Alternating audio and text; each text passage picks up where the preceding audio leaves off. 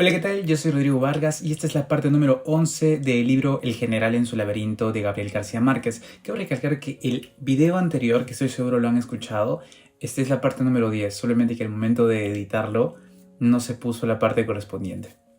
Nada más, continuemos. Eh, Desde el principio le había parecido un farsante simpático, pero cambió cuando el tudesco empezó a contar chistes indecentes sobre la pederastia, mejor dicho, perdónenme, pederastia vergonzante del barón Alexander von Humboldt. Debimos dejarlo otra vez en el playón, le dijo a José Palacios. Por la tarde se encontraron con la canoa del correo que iba de subida y el general recurrió a sus artes de seducción para que el agente abriera las sacas de la correspondencia oficial y le entregara sus cartas. Por último, le pidió el favor de que llevara al alemán hasta el puerto de Nare, y el agente aceptó, a pesar de que la canoa estaba sobrecargada. Esa noche, mientras Fernando le leía las cartas, el general rezongó. Ya quisiera ese coño de madre ser una hebra de cabello de Humboldt. Había estado pensando en el varón desde antes de que recogiera el alemán, pues no lograba imaginarse cómo había sobrevivido en aquella naturaleza indómita. Lo había conocido en sus años de París, y cuando Humboldt regresaba de su viaje por los países equinocciales, y tanto como su inteligencia y su sabiduría lo sorprendió el esplendor de su belleza, como no había visto otra igual en una mujer. En cambio, lo que menos le convenció de él fue su certidumbre de que las colonias españolas de América estaban maduras para la independencia. Lo había dicho así, sin un temblor en la voz, cuando a él se le había ocurrido ni siquiera como una fantasía dominical. Lo único que falta es el hombre, le dijo Humboldt. El general se lo contó a José Palacios muchos años después, en el Cusco, viéndose quizás a sí mismo por encima del mundo, cuando la historia acababa de demostrar que el hombre era él. No se lo repitió a nadie, pero cada vez que se hablaba del varón, lo aprovechaba para rendirle un tributo a sus clarividencias. Humboldt me abrió los ojos. Era la cuarta vez que viajaba por el Magdalena y no pudo eludir la impresión de estar recogiendo los pasos de su vida. Lo había surcado la primera vez en 1813, siendo un coronel de milicias derrotado en su país, que llegó a Cartagena de Indias desde su exilio de Curazao buscando recursos para continuar la guerra. La Nueva Granada estaba repartida en fracciones autónomas. La causa de la independencia perdía aliento popular frente a la represión feroz de los españoles, y la victoria final parecía cada vez menos cierta. En el tercer viaje, a bordo del bote de vapor, como él lo llamaba, la obra de emancipación estaba ya concluida, pero su dueño, casi maniático de la integración continental, empezaba a desbaratarse en pedazos. En aquel, su último viaje, el sueño estaba ya liquidado, pero sobrevivía resumido en una sola frase, que él repetía sin cansancio: nuestros enemigos tendrán todas las ventajas mientras no unifiquemos el gobierno de América. De los tantos recuerdos compartidos con José Palacios, uno de los más emocionantes era el del primer viaje, cuando hicieron la guerra de liberación del río, al frente de 200 hombres armados de cualquier modo, y en unos 20 días no dejaron en la cuenca del Magdalena ni un español monárquico.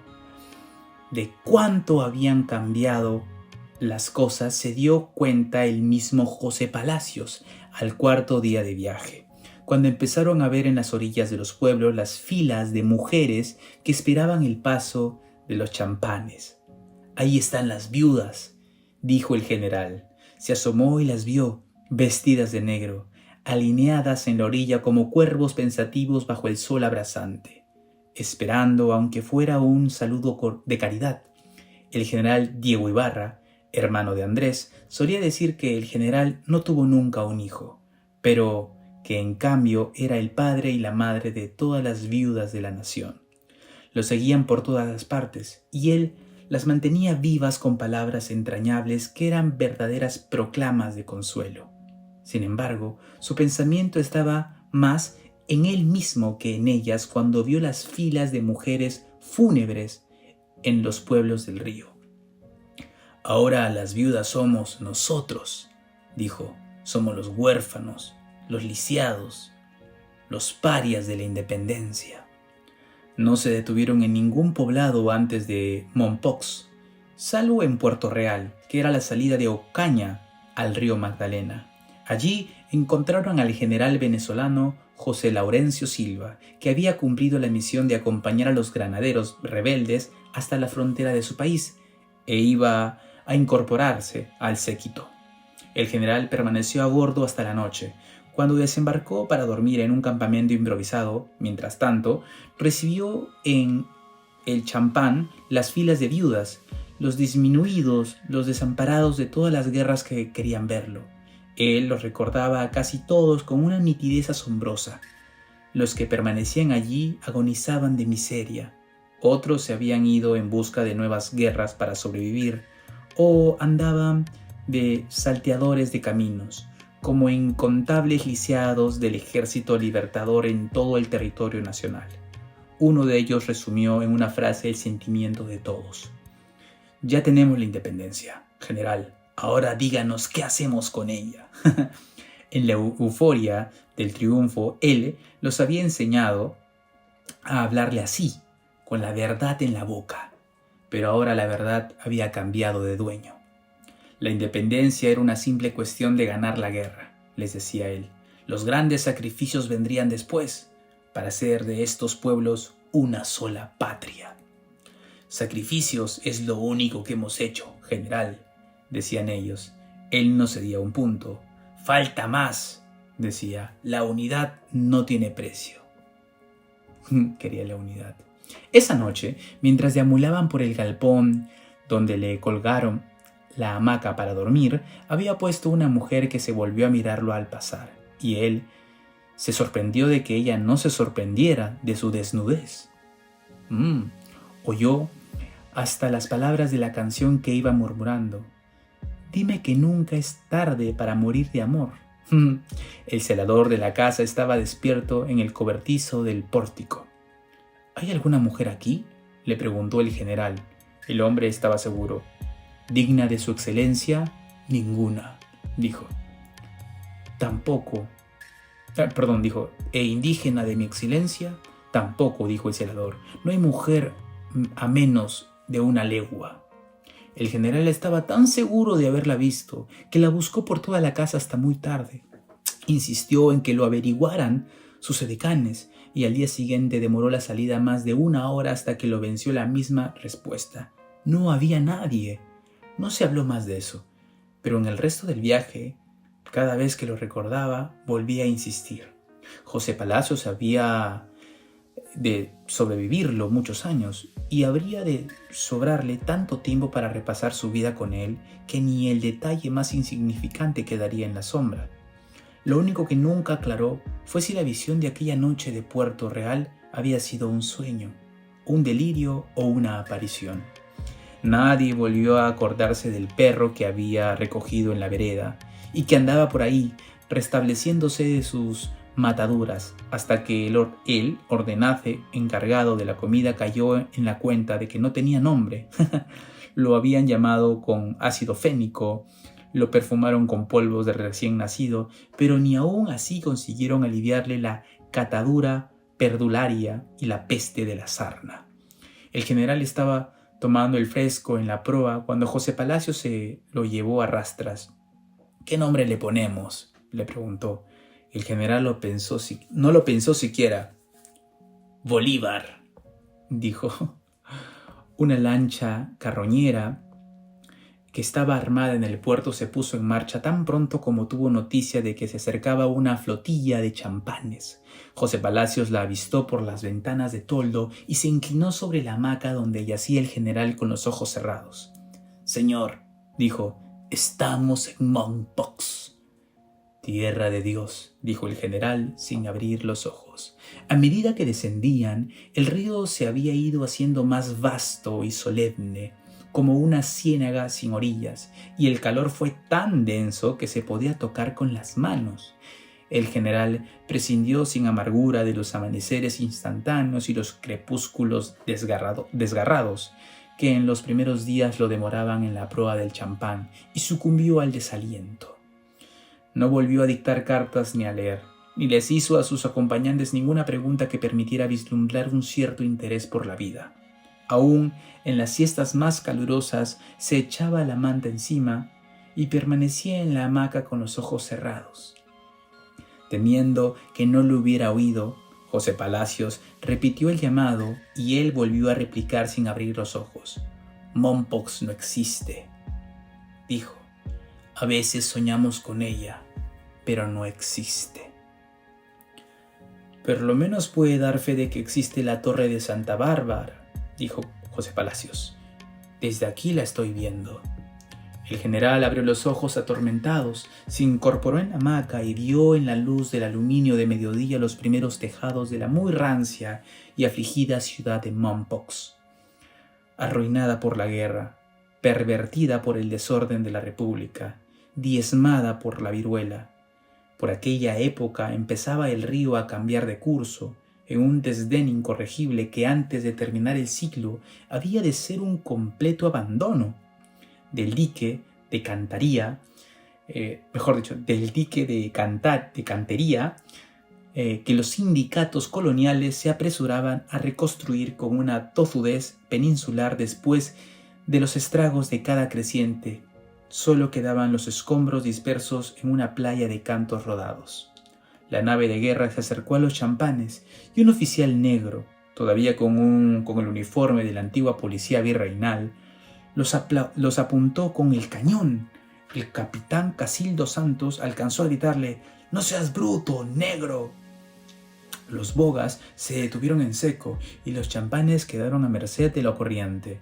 Los granaderos de la escolta, esperando órdenes, esfiltaron sus rifles contra la carroñera. El oficial siguió imperturbable. «¡Pasaportes!», gritó. «¡En nombre de la ley!». Solo entonces vio el ánima en pena que surgió de debajo del toldo y vio su mano exhausta, pero cargada de una autoridad inexorable, que ordenó a los soldados bajar las armas. Luego dijo al oficial con una voz tenue: «Aunque usted no me lo crea, capitán, no tengo pasaporte». El oficial no sabía quién era, pero cuando Fernando se lo dijo, se echó al agua con sus armas y se adelantó corriendo por la orilla para anunciar al pueblito la buena nueva. La lancha, con la campana al vuelo, divisar la ciudad, escoltó a los champanes hasta el puerto. Antes de que se alcanzara a divisar la ciudad completa en la última vuelta al río, estaban tocando a resbato las campanas de sus 8 iglesias, como que llegó el boom, fiesta jarana. Santa Cruz de Mompox había sido durante la colonia el puente del comercio entre la costa caribe y el interior del país, y este había sido el origen de su opulencia. Cuando empezó el ventarrón de la libertad, aquel reducto de la aristocracia criolla fue el primero en proclamarla. Habiendo sido reconquistado por España, fue liberado de nuevo por el general en persona. Eran solo 3 calles paralelas al río, anchas, rectas, polvorientas, con casas de un solo piso de grandes ventanas, en las cuales prosperaron 2 condes y 3 marqueses. El prestigio de su orfebrería fina sobrevivió a los cambios de la República. En esta ocasión, el general llegaba tan desengañado de su gloria y tan predispuesto contra el mundo que le sorprendió encontrar una muchedumbre esperándolo en el puerto. Se había puesto a la carrera los pantalones de pana y las botas altas, había echado la manta encima a pesar del calor y en vez del gorro nocturno llevaba el sombrero de alas grandes con que se despidió en Honda. Había un funeral de cruz alta en la iglesia de la Concepción. Las autoridades civiles y eclesiásticas en pleno, las congregaciones y escuelas, las gentes principales con sus crespones de gala estaban en la misa del cuerpo presente, y el escándalo de las campanas les hizo perder la compostura, creyendo que era alarma de fuego. pero el mismo alguacil que había entrado en gran agitación y acababa de murmurarlo al oído del alcalde, gritó para todos: «¡El presidente está en puerto!», pues muchos ignoraban todavía que ya no lo era. El lunes había pasado un correo que iba regando los rumores que Honda por las poblaciones del río, pero no dejó nada en claro, de modo que el equívoco hizo más efusiva la casualidad de recepción, y hasta la familia en duelo entendió que la mayoría de sus condolientes abandonaron la iglesia para acudir a la albarrada. El funeral quedó a medias, y solo un grupo íntimo acompañó al féretro al cementerio, en medio del trueno de los cohetes y las campanas. El caudal del río era todavía escaso por las pocas lluvias de mayo, de modo que debían escalar un barranco de escombros para llegar hasta el puerto. El general rechazó de mal modo a alguien que quiso cargarlo y subió apoyado en el brazo del capitán Ibarra, titubeando a cada paso y sosteniéndose a duras penas, pero logró llegar con la dignidad intacta. En el puerto saludó a las autoridades con un apretón enérgico cuyo vigor no era creíble por el estado de su cuerpo y la pequeñez de sus manos.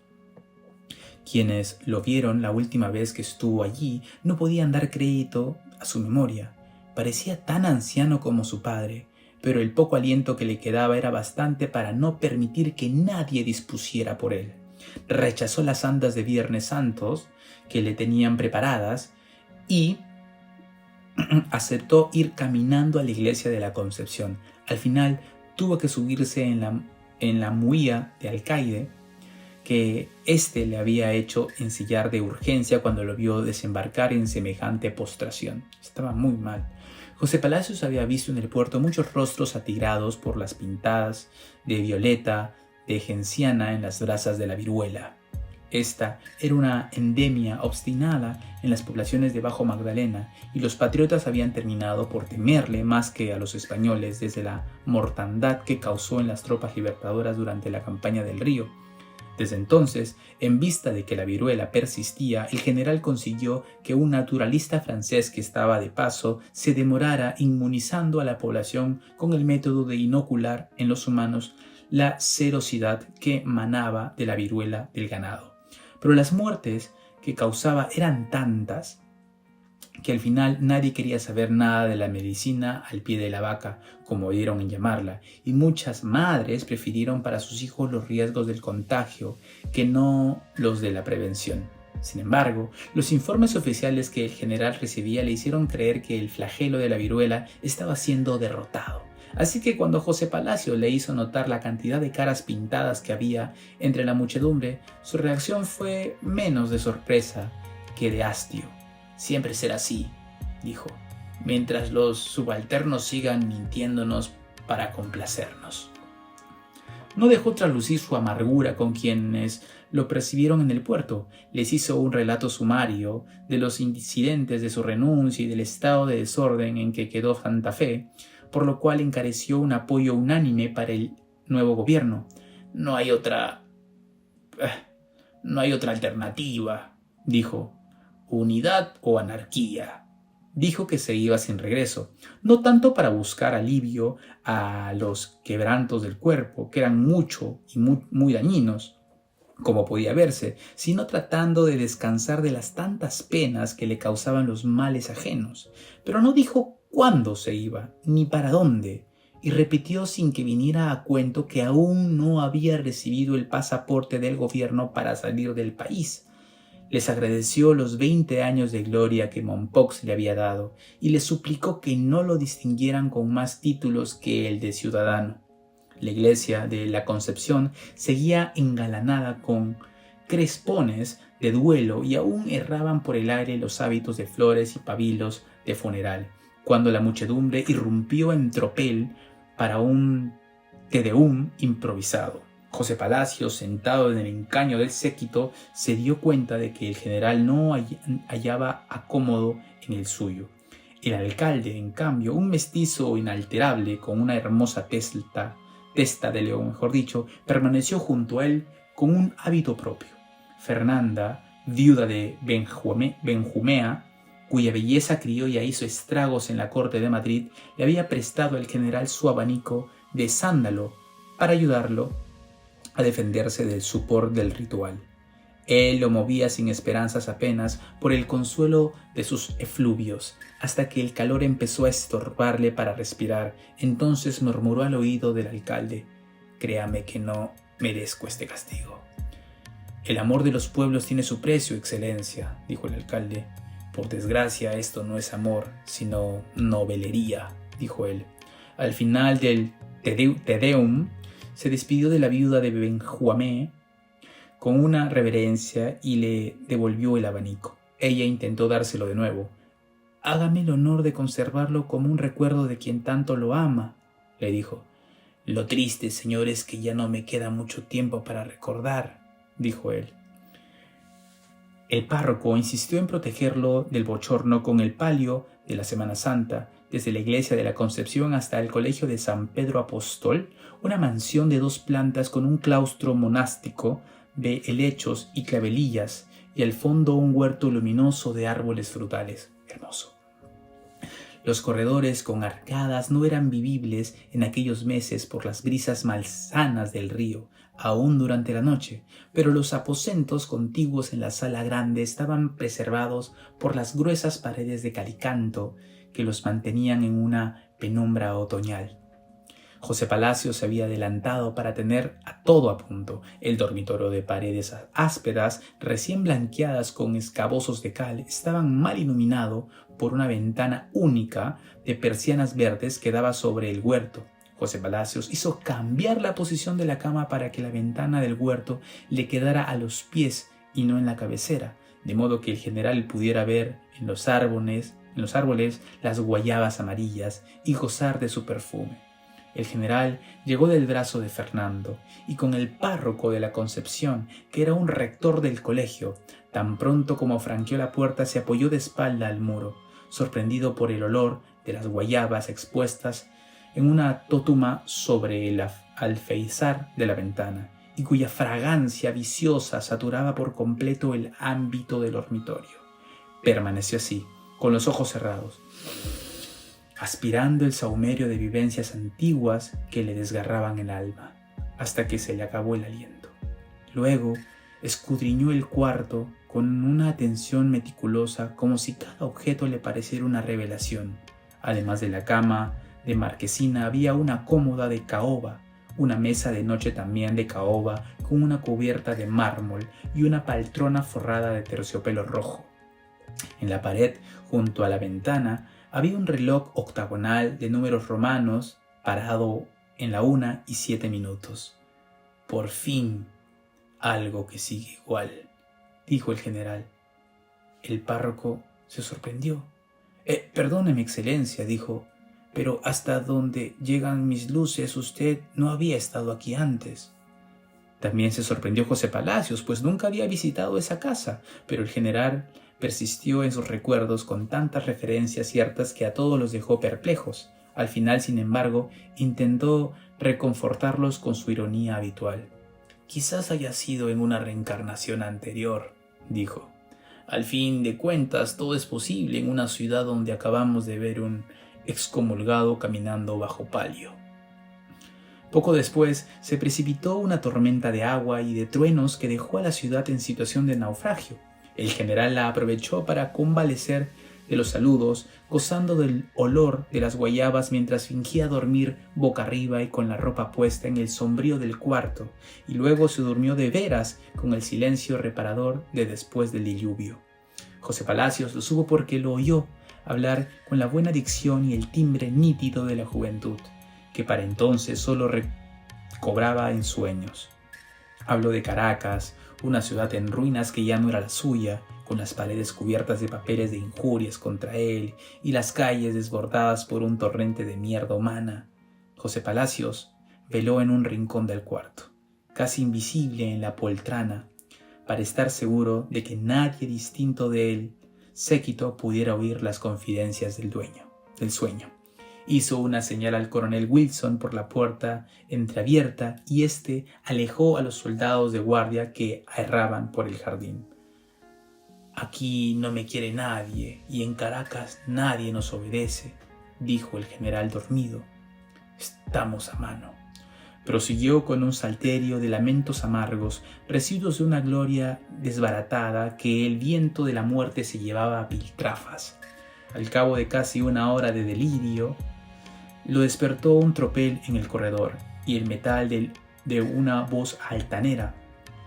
Él emitió un ronquido abrupto y habló sin abrir los ojos con la voz descolorida del despierto. ¿Qué carajos es lo que pasa? Pasaba que el general Lorenzo Cárcamo, veterano de las guerras de emancipación, de un genio agrio y una valentía personal casi demente, trataba de entrar a la fuerza en el dormitorio antes de la hora fijada para las audiencias. Había pasado por encima del coronel Wilson después de azotar con el sable a un teniente de granaderos y solo se había doblegado al poder intemporal del párroco, quien lo condujo de buenos modos a la oficina contigua. El general, informado por Wilson, gritó indignado: «Dígale a Cárcamo que me morí, así nomás, que me morí». El coronel Wilson fue a la oficina a enfrentarse con el estruendoso militar engalanado para la ocasión con el uniforme de parada y una constelación de medallas de guerra, pero su altanería estaba entonces por los suelos y tenía los ojos anegados de lágrimas, mejor dicho. «No, Wilson, no me dé el recado», dijo. «Ya lo oí».